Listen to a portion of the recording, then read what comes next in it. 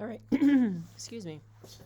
In this video lecture, I'm going to cover notes for 6.2 covalent bonding and molecular compounds. And so there's a lot of new vocab terms here, but we are dealing primarily with covalent molecules, okay, molecules that share electrons. And I'm going to talk a little bit about drawing these structures through Lewis structures. So here we go.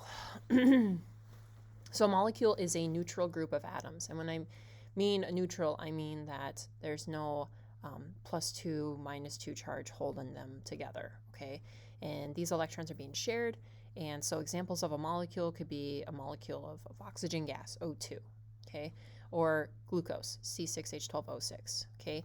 A molecular compound is a compound whose simplest units are those molecules, okay? So just some more vocab terms here. These are all examples of molecules. So some more examples. All right, so a chemical formula is the relative numbers of atoms of each kind in a chemical compound by using those atomic symbols and numerical subscripts. And you are familiar with chemical formulas like H2O.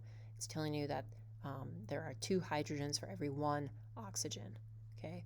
A molecular formula is a little bit different because it deals with a molecule of a molecular compound. So this is a little bit catered more towards our covalent compounds. So you're like, wait a minute, those two sound the same. Yeah, you're right, they do.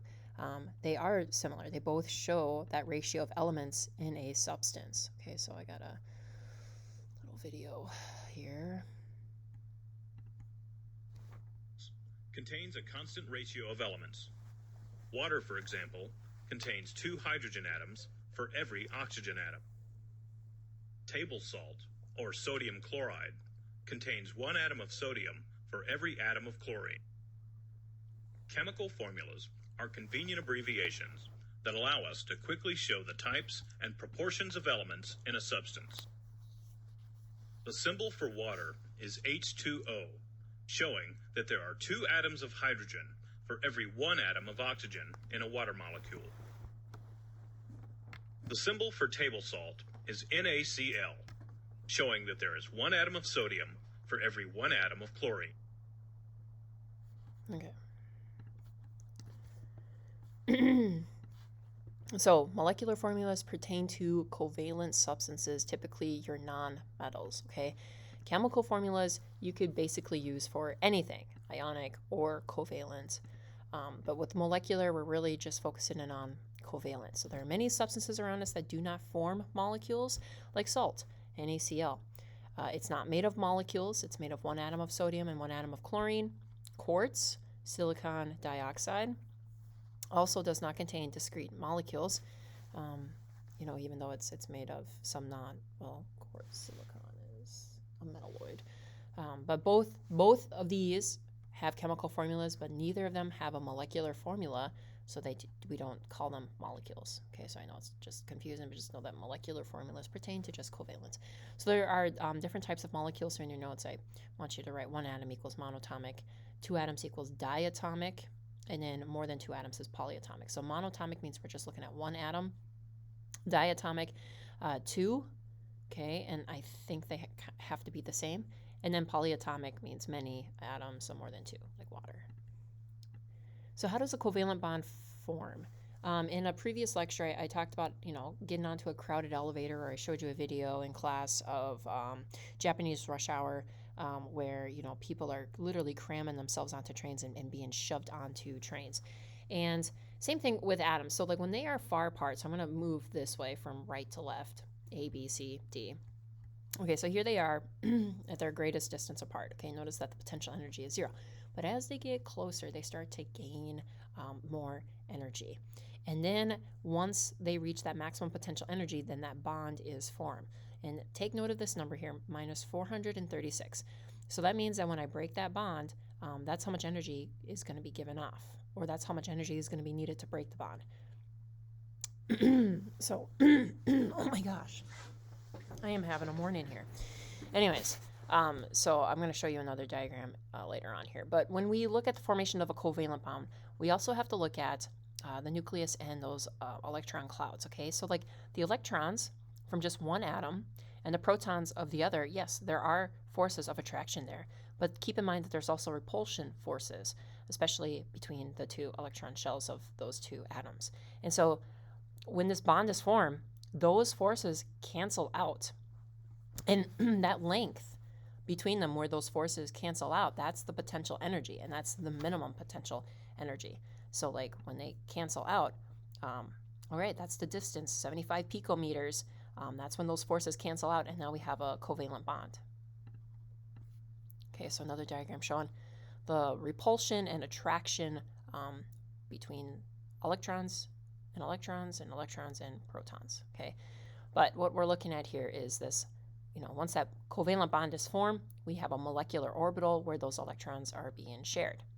So the bond length is the distance between those two bonded atoms at that minimum potential energy. Okay, and when you form that bond, energy is going to be released.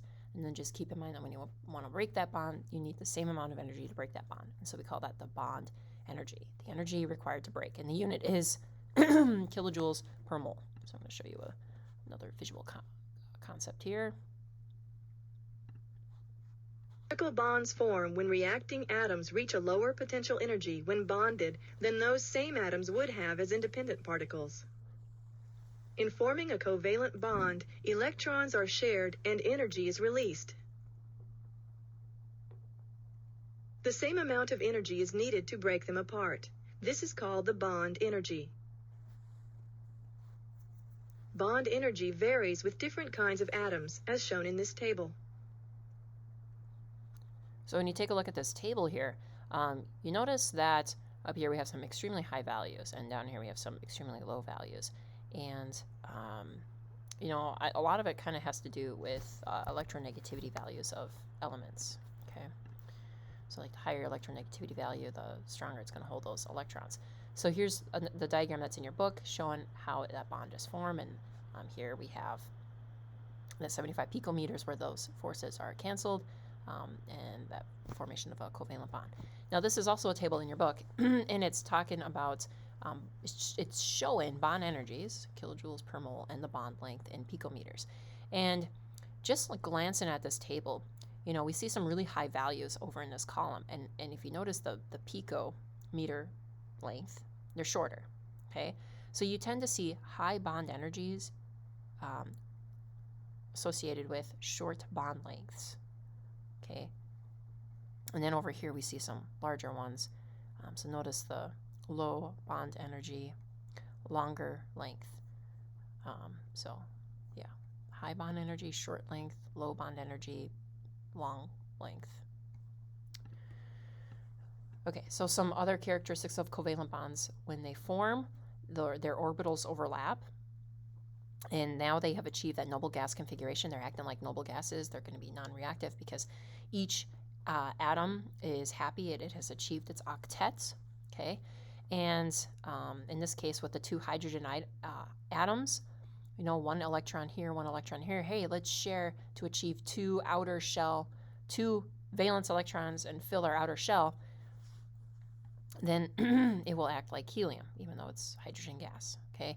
Now, another thing, once this bond forms, a lot of times you think of like ball and stick models, like a ball with a wooden peg and another ball, and you think that these bonds are very rigid. Well, that's not the case. These bonds actually vibrate, and they vibrate in various ways. So like looking at carbon tetrafluoride, these bonds are not rigid. They are like springs, and they rotate, and I don't want to say dance, but they kind of look like they're dancing around. They vibrate. That's what I want to emphasize. Okay, so atoms, when they form bonds, they tend to follow the octet rule. Okay, they want to fill their outer shell. There are some exceptions to this octet rule because not every atom achieves 8. Okay, so the octet rule, in case you forgot from the previous chapter, is that atoms will gain or lose or share electrons until they are surrounded by 8 valence electrons or 4 electron pairs. The noble gas atoms are the only ones that exist readily in an isolated state in nature. The outer s and p orbitals of these elements are completely filled with electrons, 8 in most cases and 2 in the case of helium. As a result, these atoms have low potential energies and stable electron configurations. Other main group atoms can effectively fill their outermost s and p orbitals with electrons by sharing electrons through covalent bonding. In this way, each atom has a stable noble gas type structure. Let's look at this same combination of atoms using orbital notation. If we join the unfilled orbitals of two atoms with a box, we see that the combination fills the orbital. There are, however, some exceptions to the octet rule. The most important ones relate to the elements hydrogen and boron. Hydrogen forms compounds to share a pair of electrons, filling its s orbital. Boron has only 3 valence electrons, and so forms compounds to share 6 electrons, filling its s and 2p orbitals. Okay, so there are exceptions to the octet rule. Hydrogen, it only wants to have 2 electrons, so hydrogen can only form 1 bond. Boron is 6, and any elements in periods 3 and up can form bonds with expanded valences, more than 8 electrons. And I will let you know on your assignments which problems those are, because otherwise you will just get super frustrated, and then you'll hate Lewis structures, and you'll never want to do Lewis structures and Vesper models ever again, okay? So, yeah. All right, so to help us diagram or draw out how these atoms are arranged, we use electron dot notation, where basically we only show the valence electrons, because those are the electrons that are either going to be lost or gained or shared in the formation of that bond, okay?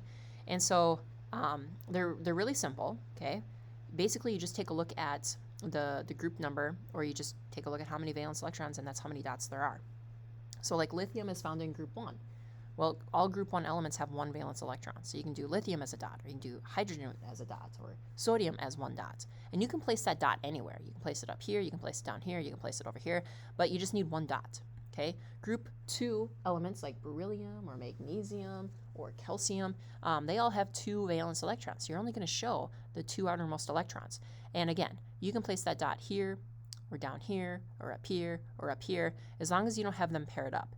Because when we did electron configurations, remember Elvis Perkins getting onto the bus? You fill every bus seat first, and then you go back and you double. Same thing with these electron dot notations. You fill each side. There's 4 sides: top, right, bottom, left, okay, whatever. But you fill each side before you go back and double up, okay? Then we skip over the D block, the transition metals. You just screw them. Just forget about them, okay? And you're going to jump over to group 13 with boron or aluminum or aluminium, depending on how you want to pronounce it, and gallium and indium and thallium, okay? All of those elements have 3 valence electrons. So you would just depict, 3 dots on the outside, right? So 1, 2, 3. Or maybe you want to go 1, 2, 3. Or maybe you want to go 1, 2, 3. But as long as there's 3 dots on 3 sides, you're good. Carbon has 4 valence electrons, okay? Carbons, silicon, germanium, tin, lead, all of them have 4 valence electrons. And then, what group number are we at now? Group 15, nitrogen. Nitrogen has 5 valence electrons. Now this is where we start to double up, right? So you go 1, 2, 3, 4, and then 5. Now this pair, could be paired up over here, or it could be paired up down here, it could be paired up here. It doesn't matter as long as one side has 2 and the rest have 1. Oxygen, moving over to group 16, has 6 valence electrons. So that's your sulfur, selenium, right?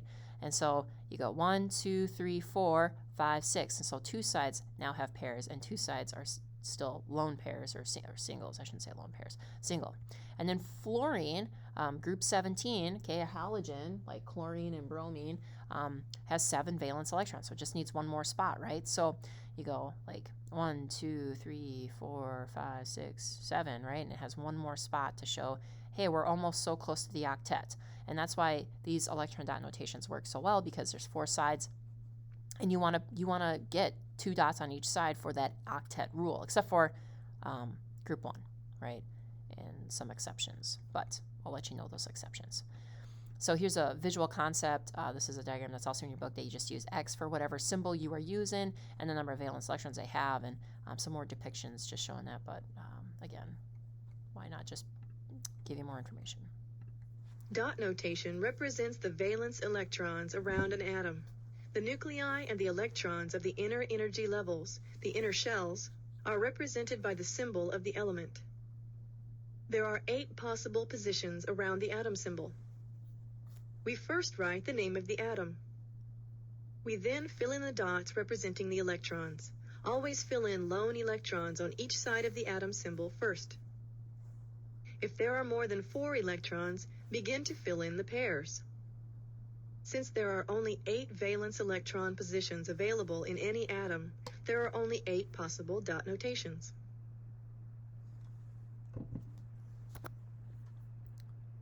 All right. Okay, so we're going to do some sample problems. I believe these are in your notes. And, oh, that's not what I wanted to do. I need a pen. That's what I want. And this is going to be so ugly writing on my mouse pad, but that's just the way it is. Okay, so we're going to do an electron dot notation for hydrogen. So whatever element you're dealing with, you draw the chemical symbol, and then you're going to draw the dot. And you can place that dot anywhere, okay? You can place it here, you can place it down here, you place it over here, place it up there. It doesn't matter, as long as you just have one dot. Nitrogen, okay? So here's nitrogen. Here's my chemical symbol. It's got 7 protons, 7 electrons, but then, when I take a look at my periodic table of my little cheat sheet, group 15 elements have 5 valence electrons, right? So I'm only focusing on those valence electrons. So 1, 2, 3, 4, 5. Now that pair, that could be up here, it could be down here, it could be over here, it could be over there. It doesn't matter as long as one side has a pair and the rest are single. All right. So Lewis structures can be used to represent molecules. And so we can take those electron dot notations and make Lewis structures, basically showing how different atoms can come together to achieve the octet rule. And it will talk about dot pairs, and then those dot pairs will turn into dashes or bonds to show that there's a bond between these two atoms. And there will be some unshared electrons. We call those lone pairs. So here are the rules. Basically, you gather your information. You draw the Lewis structure for each atom. You place those electrons on each side before you pair. You count the total number of valence electrons. Then you're going to take a look at your Lewis dot structures, okay? And you're going to arrange your atoms. Like, hey, where can they fit? What's missing? Who needs to achieve the octet? If you are given carbon, you usually want to place carbon in the center. And the reason for that is because carbon has 4 valence electrons, which means that it can form 4 bonds. Hydrogen, on the other hand, can only form 1 bond. Do not put hydrogen as your center. This isn't going to work. It can only build off on one side. Okay, so usually anything with your lowest electronegativity is going to be your central atom except for carbon. And then you're going to distribute your dots so that each atom has its octet. Now remember, hydrogen only wants 2, and if you have beryllium, it's going to be 2, and then boron, I think, is 3 or 6, right? Draw those bonds, change those dots to dashes or lines to show that that bond is made, and then verify your structure. Count up your electrons, make sure that the octets are achieved, and that you match your valence electrons. So we got some sample problems here. First up is hydrochloric acid. So I'm going to draw the Lewis dot or Lewis structure for each one of these. So there's hydrogen, and then here's chlorine, right? Cl. So it's got 7 valence electrons. 1, 2, 3, 4, 5, 6, and 7. All right, so I can see that chlorine has an open spot, right? It's got an open spot up here. And hydrogen has an open spot. And I could be like, hey, wait a minute, they could share these 2 electrons, right? So let me just draw hydrogen in red here. Sorry for the folks that might be colorblind. So there's its electron. And then I'm going to switch back to black and draw chlorine, just to show you which electrons are being paired or shared. Okay, so there's chlorine. It's got 7 valence electrons. 1, 2, 3, 4, 5, 6, 7. And if they share this, a bond is made. So then you have to clean it up. Okay, so I should probably count my valence electrons. I have 7 valence electrons here.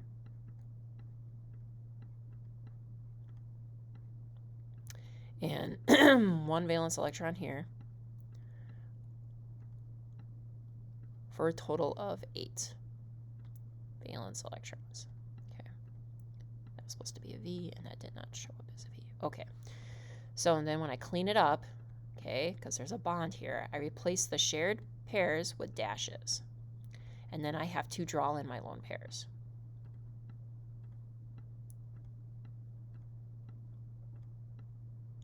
Okay, now I started with 8 valence electrons, so I better make sure that I have 8. 2, 4, 6, and this dash means 2, 8. Now, is each atom stable? Like, has it achieved its octet? Are they, quote unquote, happy, right? So hydrogen only wants 2. This dash is 2. Hydrogen's good. Chlorine needs 8. 2, 4, 6, 8. All right, that's how you draw the Lewis structure for hydrochloric acid.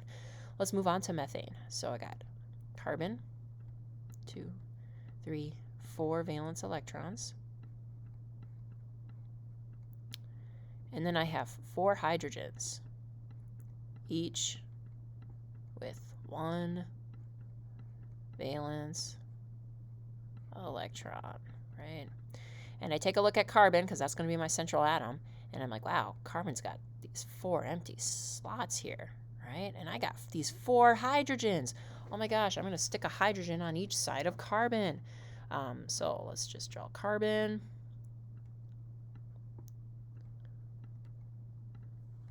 Okay, and then I'll switch colors.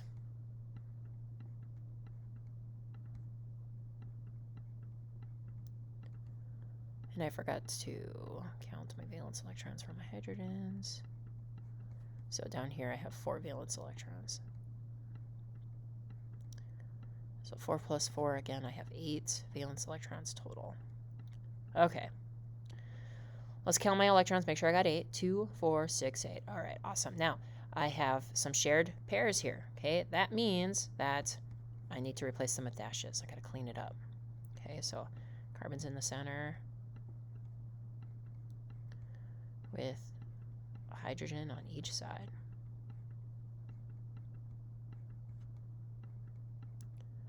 Cool. All right. Do I have 8 valence electrons? 2, 4, 6, 8. Yes, I do. Is each atom happy? Has it achieved its octet? Hydrogen just wants 2, so there's that dash. 2, 2, 2, 2. Does carbon have 8? 2, 4, 6, 8. Yep, that's the Lewis structure for methane. All right, moving on. Here we have carbon, okay, with 4 valence electrons.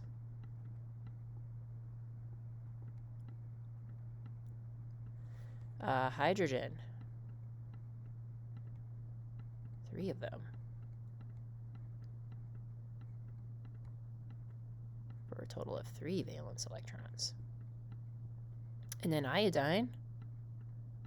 Iodine is in group 17, so it has 7 valence electrons. 1, 2, 3, 4, 5, 6, 7.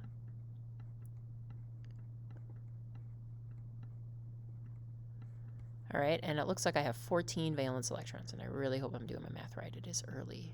It's an early Saturday morning here. Okay, so looking at my elements, my atoms, which one am I going to put as my central atom? I hope you're screaming carbon, right? Carbon! All right, so I'm going to put carbon. That's 4 valence electrons. I'm going to switch colors. I'm going to use hydrogen as red. All right, so hydrogen, needs, this one needs 1, this one needs 1, this one needs 1. And you know what? I got 3 open slots, so why not just stick 3 hydrogens, on the three sides, any 3 side of carbon here. You could have put a hydrogen down here for all I care. It doesn't matter. And then iodine, I'm going to use green. Okay. So there's 1, 2, 3, 4, 5, 6, 7. Okay. Let's count our dots. We need 14 valence electrons. 2, 4, 6, 8, 10, 12, 14. Yep.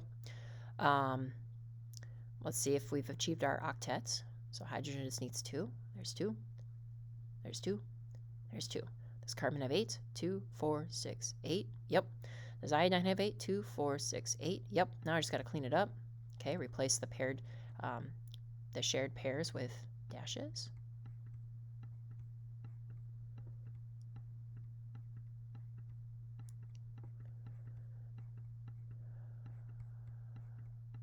Whoops. Big mistake. If only I could have rotated that, huh? Iodine. There we go. There's the Lewis structure for that compound that I don't know the name of. Methyl iodide. I don't know. Okay. Moving on here. CHF3. So carbon with 4 valence electrons. Hydrogen with 1. The E for valence electron. And then I have 3 fluorines. Good Lord, that's going to be a lot of dots. Fluorine, remember, group 17 halogens, 7 valence electrons.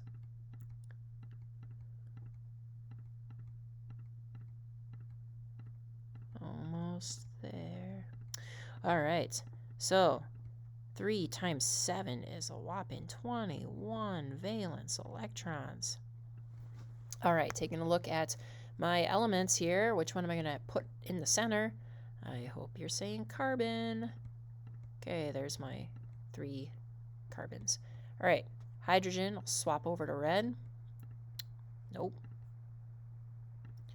Okay, where do you want to stick it? I'll stick it over here. Why not? Oh, yeah, okay, there we go. Yeah. And now we got our 3 fluorines, which I'm going to use green. All right. Fluorine on top. Fluorine off to the side.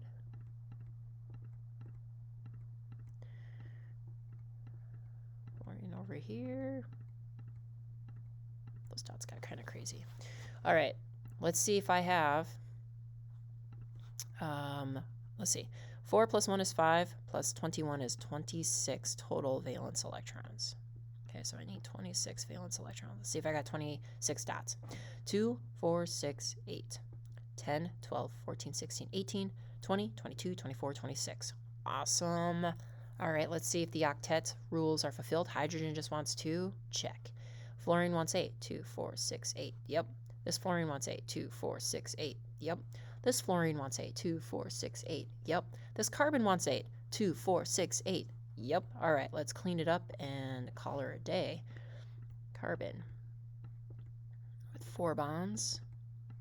Stick a hydrogen here. Fluorine up here. Fluorine over here. Fluorine over here. Now, do not forget to put in...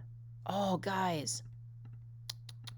I messed up. I should always double check my final work up here. Look. Okay, so remember we have 14 valence electrons. I'm going to back up to here, okay? 2, 4, 6, 8, 10, 12, 14. I mean, I forgot to put in my lone pairs. That's a big no-no. You will lose points. Oh my gosh, I can't believe I forgot. So, cannot forget to double check your final structure.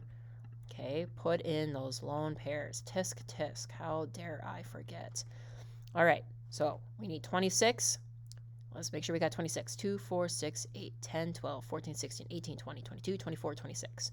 There's the Lewis structure for that chemical compound, that molecular compound. Okay, oh my gosh, we have more. Oh. Okay, last slide, and then I guess we get to call it a day. All right, sulfur. Okay, we haven't done sulfur yet. Sulfur is in group 16, and it has 6 valence electrons. 2, 4, 5, 6. All right, and then we have 6 V's. And then we have chlorines, 2 of them with 7, group 17. There's that one open spot.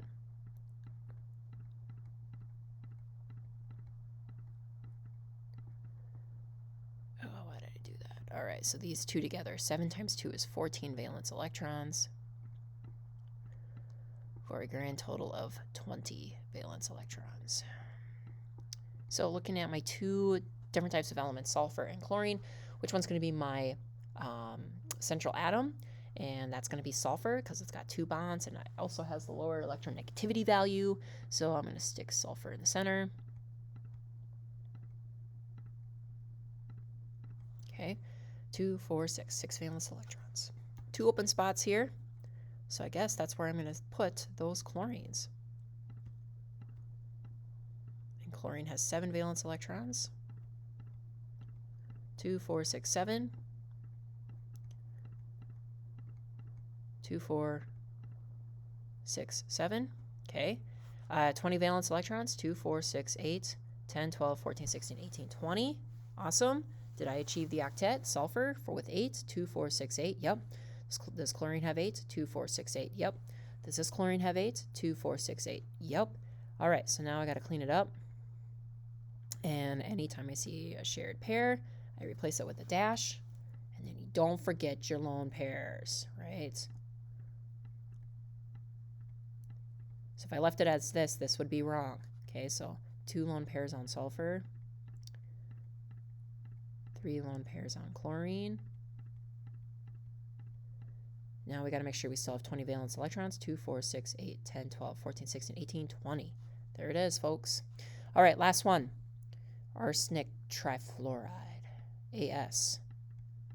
Okay, arsenic, AS, is group 15, has 5 valence electrons.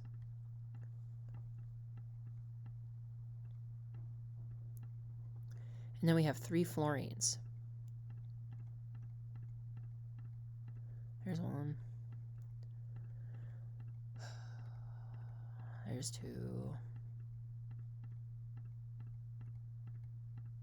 There's 3. So 3 times 7 is 21 valence electrons. 21 valence electrons plus 5 valence electrons gives us 26 valence electrons. Okay, so which one of these is going to be my central atom? Arsenic, lower electronegativity value because fluorine has the highest. So here's my arsenic. 1, 2, 3, 4, 5. All right. I have 3 fluorines and 3 open spots around arsenic, so I guess I know where they are going. 1 fluorine here with its lone pairs. Another fluorine down here with its lone pairs. And then another fluorine over here with its lone pairs. All right, let's see if we have 26 valence electrons. 2, 4, 6, 8, 10, 12, 14, 16, 18, 20, 22, 24, 26. Okay. Did I achieve the octet? This fluorine needs 8, 2, 4, 6, 8. Yep. This arsenic needs 8, 2, 4, 6, 8. Yep. This fluorine needs 8, 2, 4, 6, 8. Yep. This fluorine needs 8, 2, 4, 6, 8. Yep. And we have 26 valence electrons, so let's clean it up, and then we can actually call it a day. So AS in the middle. AS has 1 lone pair. Dash, dash, dash. Fluorine, 3 lone pairs. This fluorine, 3 lone pairs. This fluorine, 3 lone pairs. And there it is, folks. So the homework assignment, which you'll get on Monday, is single bonds for the Lewis structure.